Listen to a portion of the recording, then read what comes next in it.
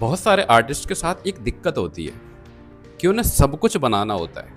उन्हें acrylic painting भी try करनी है, ऑयल पेंटिंग भी ट्राई करनी है, उन्हें क्ले आर्ट भी बनाना है, उन्हें स्केचिंग भी करनी है, बीच में कोई हैंडीक्राफ्ट भी करना है या फिर कोई एब्स्ट्रैक्ट आर्ट बनाना है। कभी मिक्स मीडिया आर्ट बना रहे हैं तो कभी कोई मीडिया आर्ट बना रहे हैं। मोस्टली हर आर्टिस्ट की लाइफ में ये फेज आता है जहाँ पे उसे सब कुछ करने का मन करता है। हम अपने पिंटरेस्ट में इतने सारे आर्ट सेव करते रहते हैं कि हमारी एक उम्र कम पड़ जाए।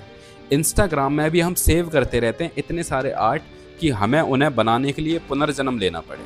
कुल मिला के हर आर्टिस्ट सब कुछ बनाना चाहता है, सारे मीडियम्स ट्राई करना चाहता है, अपने आप को हर चीज़ में इन्वॉल्व करना चाहता है, लेकिन यही सबसे बड़ी गलती करते हैं आर्टिस्ट। तो मेरा नाम है राहुल और मैं एक प्रोफेशनल आर्टिस्ट हूँ। इस चैनल पे हम बात करते हैं आर्टिस्ट की लाइफ के अलग अलग चैलेंजेस के बारे में, उनके थॉट्स के बारे में।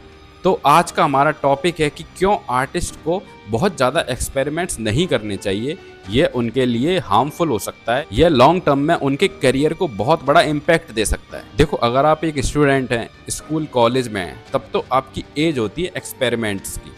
आपको करने चाहिए एक्सपेरिमेंट, आपको अलग अलग मीडियम जो भी कुछ है, अलग अलग चीज़ें, मूवीज़ के स्केच बनाओ, कोई रियल स्केच बनाओ, यहाँ घूमो वहाँ घूमो, हर जगह से एक्सपीरियंस लो, एक्सपोजर लो और उसे आर्ट के फॉर्म में एक्सप्रेस करो।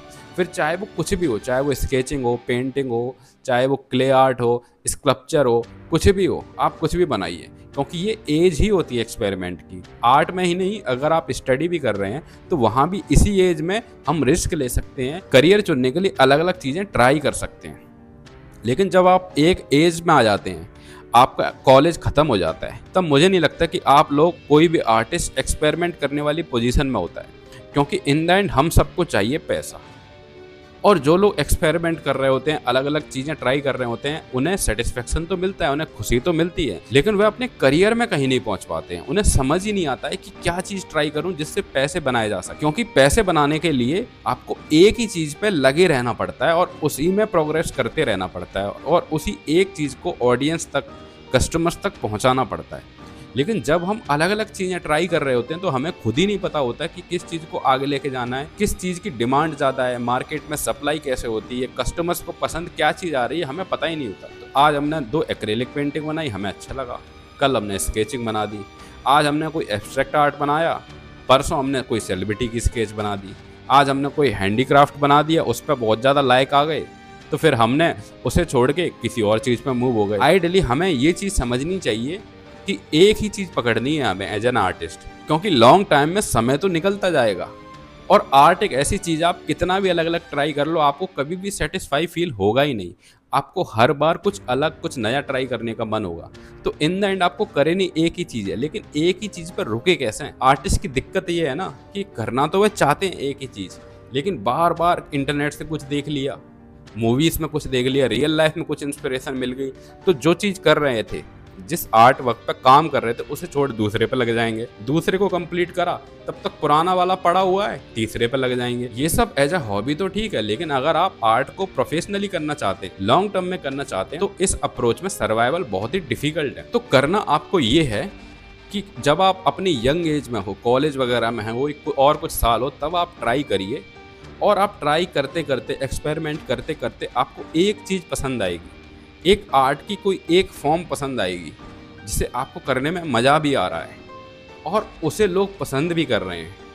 पसंद भले ही ना कर रहे हो इस शुरुआत में, लेकिन अगर आपको मज़ा आ रहा है, आप उसमें अच्छे हो, परफेक्ट हो, तो बस उसी को पकड़ लीजिए, वही आपकी आर्ट फॉर्म होगी, उसी में आपको एक्सेल करना है और उसी में आपको हर आर्ट पीस बनाना है, उसी आर्ट फॉर्म में इंस्टाग्राम बनाना है, उसी चीज़ की वेबसाइट भी बनानी है। इससे आपकी यूनिफॉर्मिटी आएगी, हर जगह आपका एक जैसा काम दिखेगा, फिर चाहे वो इंस्टाग्राम हो, पिंटरेस्ट हो, वेबसाइट हो। और जब कोई आप एग्जीबिशन लगाएंगे तो वहाँ पे ऑडियंस आपके वर्क को देखते ही पहचान जाएगी कि ये तो उस पर्सन का वर्क है, क्योंकि आपकी एक यूनिक आइडेंटिकल स्टाइल डेवलप हो जाएगी। कभी कभी आपने देखा है ना कि एग्जीबिशंस में आप जाओगे तो हर आर्टिस्ट की एक यूनिक स्टाइल होती है, फिर वह स्टाइल भले ही आपको एब्सर्ड लगे, लेकिन वह उसकी यूनिफॉर्मिटी को दर्शाती है, उसकी एक आइडेंटिटी क्रिएट करती है कि भाई ये आर्टिस्ट है, ऐसा ही बनाता है। जैसे एम.एफ. हुसैन के बारे में बात करें तो वह ब्लॉक वर्क पर काम करते थे और उनकी घोड़े वाली पेंटिंग्स सबको याद होंगी। मुझे पर्सनली वो पेंटिंग्स बकवास लगती हैं, मुझे नहीं समझ आती, लेकिन लोगों को समझ आ रही है, करोड़ों में बिक रही है। कभी भी आप वह ब्लॉक वाली घोड़ों की पेंटिंग्स देखोगे, आप समझ जाओगे ये किसका काम है। तो आपको भी ऐसे ही एक स्टाइल डेवलप करनी है। और यह स्टाइल आएगी कैसे? डेफिनेटली आपको बहुत सारी चीज़ें ट्राई करनी पड़ेंगी, लेकिन आपको यह चीज़ जल्दी करनी है, बहुत ज़्यादा टाइम वेस्ट नहीं करना है। मैं देखता हूँ कई सारे आर्टिस्ट हैं जो बस सेलिब्रिटीज़ की स्केचेस बनाए जा रहे हैं, उनके फॉलोअर्स बढ़ते जा रहे हैं इंस्टाग्राम पे, उन्हें लग रहा है कि उनका करियर सेट हो चुका है, लेकिन नहीं, उनके कैरियर की वही मौत हो चुकी है। उन्हें कमीशन ऑर्डर्स तो मिल रहे हैं, बट एज एन आर्टिस्ट उनकी कोई आइडेंटिटी नहीं क्रिएट हो रही है, उनकी कोई पहचान नहीं क्रिएट हो रही है, क्योंकि सब लोग हीरो हीरोइन सेलिब्रिटीज़ के स्केच बना रहे हैं। आप अलग क्या कर रहे हो? आपका आर्ट देख के ऑडियंस को समझ आना चाहिए कि ये भाई उस व्यक्ति का आर्ट है। तो जितने भी आप बड़े आर्टिस्ट देखेंगे जो अच्छा पैसा कमा रहे हैं, जिनकी पेंटिंग्स एग्जीबिशंस में बिक रही हैं, जिनकी पेंटिंग्स सेलिब्रिटीज अपने घर लाना चाहते हैं, उनमें एक खास बात होगी, एक यूनिकनेस होगी। उनकी हर पेंटिंग को जब आप देखोगे ना, तो एक कॉमन पैटर्न आपको नजर आएगा, जो कॉमन पैटर्न उन्होंने सालों की मेहनत के बाद अचीव करा है। तो आपको आर्ट में कोई भी फॉर्म पसंद हो, किसी भी तरह का आर्ट हो, आप उसी पे स्टक रहिए। आपको आपका दम घुटेगा बीच बीच में, आपका मन होगा कि ये भी ट्राई करूं, वो भी ट्राई करूं। तो साल में 6 महीने में एक बार डिटॉक्सिफिकेशन के लिए थोड़ा बहुत ट्राई कर लीजिए, लेकिन फिर से आपको वापस अपनी स्टाइल पर आ जाना है और एक ही स्टाइल में, एक ही सीरीज के फॉर्मेट में कुछ आर्ट वर्क रेडी रखने हैं। 10-20 आर्ट वर्क एक ही स्टाइल में रखने हैं।